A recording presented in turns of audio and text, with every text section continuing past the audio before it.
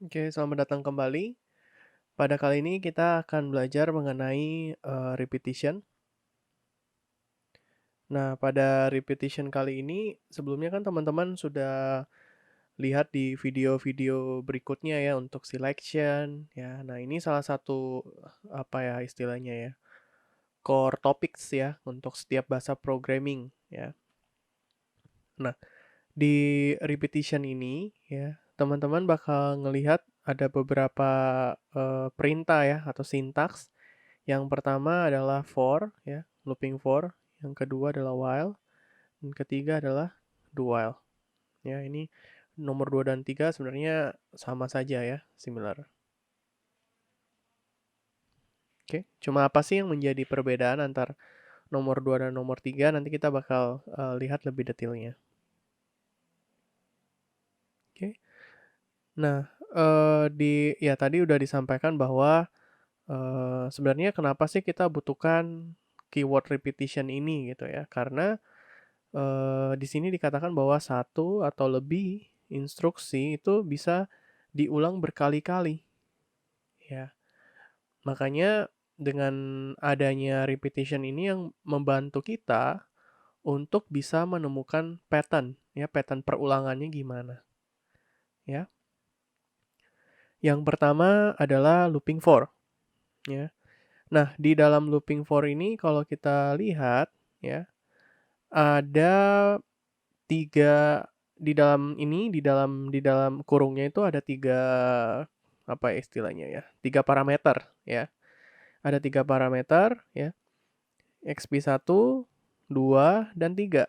Nah, sebenarnya mereka ini apa sih?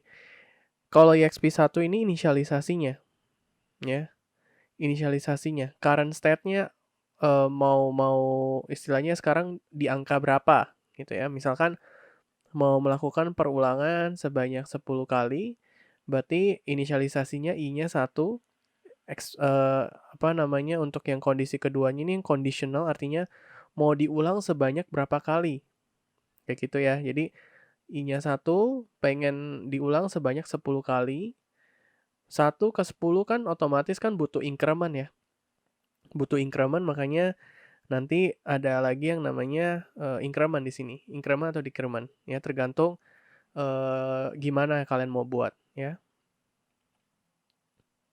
Nah, kalau kita perhatikan ya, di sini ini mungkin teman-teman belum tahu gitu ya strlen ini gunanya apa ya.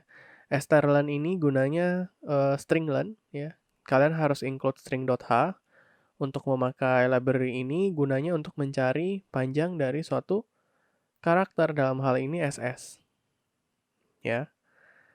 Ini kalau kita perhatikan dia pengen lakuin reverse ya teman-teman ya. Ini mungkin agak cukup, kompleks ya, ini agak cukup kompleks. Cuma kira-kira penjelasannya kayak gini ya, I-nya 0 ya, sampai J-nya sama dengan strlen SS kurang 1 ya. Strlen SS ini gunanya untuk, panjang karakternya ya. Kenapa dikurang 1? Karena dia dimulai dari indeks ke 0 ya. Oke. Kemudian di sini ada I lebih kecil dari J. Ya, jadi ini ada initial statement-nya ada 2, I-nya 0, J sama strlen ya. Maunya diulang itu ya kondisional keduanya yaitu I lebih kecil dari J dan ada increment-nya I++ dan J minus-minus. Ya nanti kita bakal ngeliat lebih detail lagi. Soal ini contohnya ini agak cukup kompleks ya. Nah, di sini ya, kalau teman-teman perhatikan tadi ini bisa dibilang sebagai init ya, inisialisasi. Ya. Dia akan turun ini sebagai conditional-nya. Ya, biasanya mau berapa banyak perulangan ya, n perulangan ya, misalkan kita tulisnya. Biar lebih gampang buat teman-teman pelajari. Ya, inisialisasinya misalkan I-nya 0 atau I-nya 1, mau perulangnya berapa kali? Ya, mau perulangannya sampai dengan 10 ya. Oke. Setelah ternyata kalau dia memenuhi statement-nya, kalau dia true, dia akan eksekusi statement-nya. Statement ini artinya yang di dalam looping for-nya. Nah, baru naik XP3 ini increment. Increment atau decrement. Cuma dalam hal ini karena kita pengen perulangan 1 ke 10, kita butuh increment. Nah, untuk contohnya, teman-teman bisa perhatikan ya. Ini adalah current state-nya ya. Ya, current state ini inisialisasinya. Oke. Kemudian yang ini ya. Ini dikatakan mau n perulangan, mau diulangin berapa kali ya, mau di looping berapa kali ya. Dan terakhir x++. Nah, kalau kita jalankan ya, x-nya 1, oke. Apakah 1 lebih kecil sama dengan 10? Benar. Karena dia lebih kecil, makanya kita print %d, x.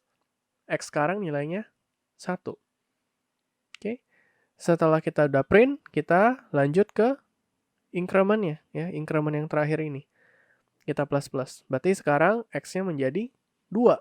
Nah, kita ulang lagi. Apakah 2 lebih kecil sama dengan 10? Ternyata benar, dicetak. Dan seterusnya ya, sampai dia yang ke-10 ya. Anggap ini 9, jadi sekarang 10. 10 lebih kecil sama dengan 10. Ternyata dia true. Oke. Kemudian dia increment ya, di plus sekarang menjadi 11. Nah, apakah 11 lebih kecil sama dengan 10? Salah ya, makanya dia berhenti, dia nggak cetak lagi. Ya, kira-kira gitu ya gambarannya untuk looping for ini. Nah, ini ada contoh berikutnya ya. Yang untuk nomor 1 ini tadi sudah digambarkan ya. Coba kita perhatikan yang nomor 2. Ya, nomor 2 ini initial state-nya adalah 10. Pengen diulang ya, pengen di looping sampai dia nilainya 1 dan x minus. Jadi nanti hasilnya akan 10, 9, 8, 7 dan seterusnya sampai dia 1.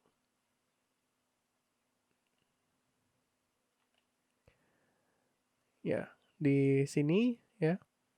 Ini melakukan kalkulasi, contoh untuk melakukan kalkulasi rata-rata ya, rata-rata pengeluaran ya.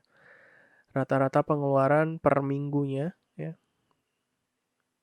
Oke. Inputannya per minggu, tapi rata-ratanya ya pastinya per bulan ya. Nah, ini kalau dibuatkan looping ya. Teman-teman lihat karena dalam 1 bulan tuh punya 4 minggu, makanya di loopingnya 4.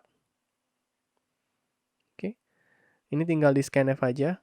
Dia bakal nerima inputannya itu ya sebanyak 4 kali. Nanti jangan lupa ditambahin terus ya datanya. Dan di akhir teman-teman tinggal bagi 4 untuk dapetin average-nya.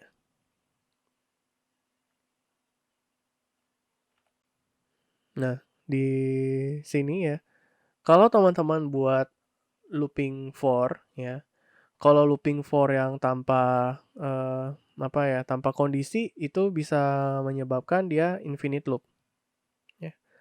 Dia bakal berulang-ulang kali, ya nggak keluar dari looping for-nya. Atau istilahnya looping forever gitu ya. Nah, lanjut ada yang namanya nested loop. Jadi kalau ada pertanyaan apakah boleh di dalam looping ada looping lagi? Jawabannya adalah boleh ya. Contohnya seperti ini ya. Kita fokus untuk yang di bahasa C saja ya. Oke. Kalau kita perhatikan di sini x-nya 1, x-nya lebih kecil sama dengan 5 dan x++ ya. Terus di sini y-nya mulai dari 5, y-nya menurun ya, y minus. Makanya kalau dia print nanti harusnya hasilnya adalah ini saya bikinin baris baru aja ya. Kalau teman-teman perhatikan x-nya kan 1. Y-nya kan 5 ya. Dia bakal berulang kayak gitu. Terus x-nya 1, x-nya tetap 1. Dia bakal ngerjain dulu yang paling dalam, looping for yang paling dalam ya. Jadi x-nya 1, ini 4 ya. Ini 3, 2, 1. Ini tetap 1. Nanti setelah itu, setelah semuanya y-nya selesai, baru x-nya di-increment. Barulah lanjut lagi 2, 5, 2, 4, 2, 3, 2, 2, dan 2, 1. Ya, kira-kira kayak demikian. Ya, jadi yang dikerjakan adalah looping for yang paling dalam, baru lanjut ke looping for yang paling luar.